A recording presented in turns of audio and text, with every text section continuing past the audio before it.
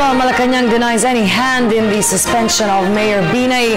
Communications Secretary Sonny Coloma stressed that the suspension is part of the normal process when an individual faces a complaint before the Ombudsman. Helena Luna reports. Malacanang denied participating in the order of the Office of the Ombudsman suspending Makati City Mayor Junjun Binay. The mayor has been placed under preventive suspension while the Ombudsman is investigating the alleged overpricing of the Makati City Hall parking building. PCOO Secretary Sonny Coloma points out the Office of the Ombudsman is an independent body and the order is part of the Ombudsman's normative procedure. Ang umiiral dito ay ang mga proseso ng isang independent constitutional body.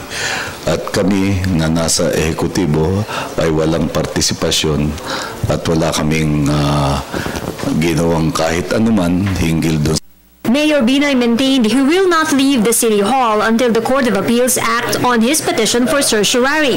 Malacanang is respecting the decision of the mayor but reminds the local leader of his duty as an elected official. Siya naman po ay isang elected public official na gumaganap din ng kanyang tungkulin nang ayon sa kanyang pananaw. Nasa kanya na pong pagpapasya yun. Lahat naman ng public officials natin ay mayroong mga accountability sa mga mamamayan at siyempre ang ating pamahalaan naman ay naninindigan na lahat ng mga public officials, whether elected or appointed, should make themselves accountable to the law and to our people. For the People's Television, Elena Luna.